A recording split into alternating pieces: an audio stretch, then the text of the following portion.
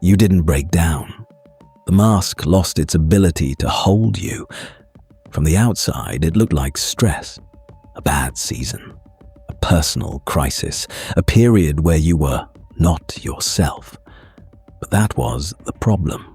You had been yourself for so long that nobody noticed it was a role.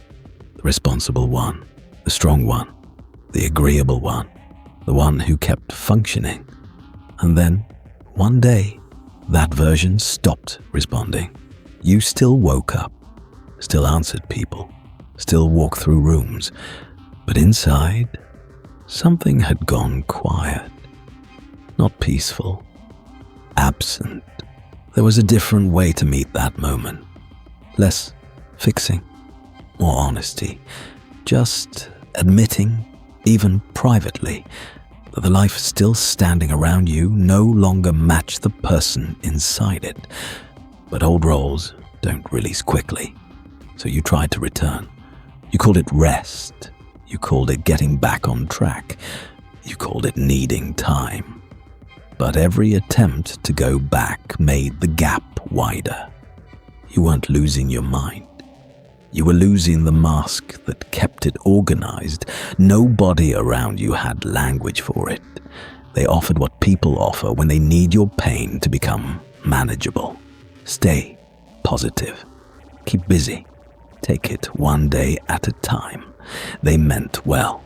That almost made it worse. Because what was happening could not be solved by adding better thoughts on top of a collapsing identity. You were not having a mood. You were being reorganized. Work stopped feeling like work. It felt like evidence. Relationships stopped feeling familiar. They started revealing the roles you had been playing inside them. Even your own name, your own routine, your own reflection. Some days, it felt like you were watching someone else continue a life you no longer fully inhabited. There was a softer move available. Not explaining it to everyone. Not performing recovery, just protecting the silence long enough to hear what had actually broken. But silence scared you at first, so you kept trying to prove you were fine. And each performance took more from you. The collapse was not the event. The collapse was realizing how long you had been cooperating with the wrong life. This is where the persona cracks. Not the public mask in a dramatic way, the smaller mask. The one you use at dinner, the one you use in your family, the one that says, "It's okay," before checking whether it is. The one that smiles before the body agrees. The one that answers quickly so nobody feels the pause. At some point, that mask stopped protecting you and started imprisoning you. It had helped once. It made you acceptable, useful, easy to love, easy to place. But what protects you in one season can erase you in another. There was another response available in many of those old moments. A slower answer, a smaller yes, a refusal without a courtroom, a truth that did not come with a full explanation. But you were trained to keep the room stable, so you kept making yourself manageable. Until the part of you being managed started to disappear. You did not outgrow people first. You outgrew the version of you they knew how to use. Then came the descent, not cinematic, ordinary. You sat in rooms and felt detached from your own sentences. You went to work and watched yourself complete tasks without belonging to them. You lay awake and felt a pressure you could not name. Some nights, the old story of your life would not load. No clear future, no stable identity, no clean explanation, just awareness, bare, uncomfortable, too quiet.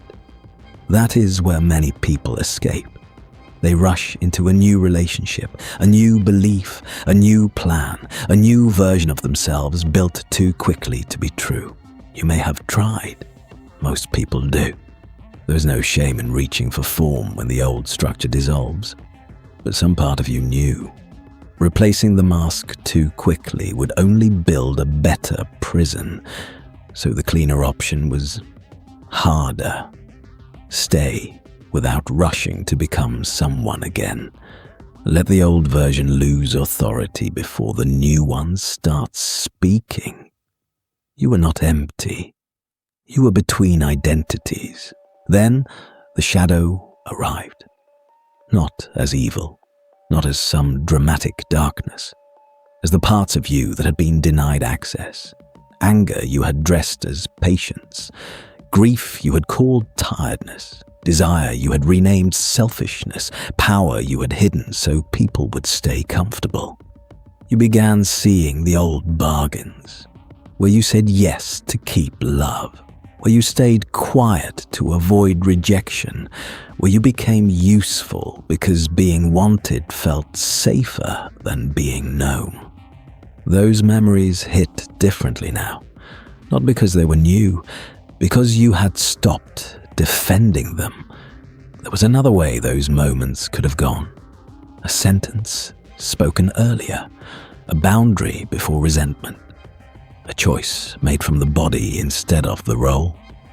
But you did not have that self yet. That matters. The old self only knew survival. So it survived. But now survival was too small. What you called personality was often protection with good manners.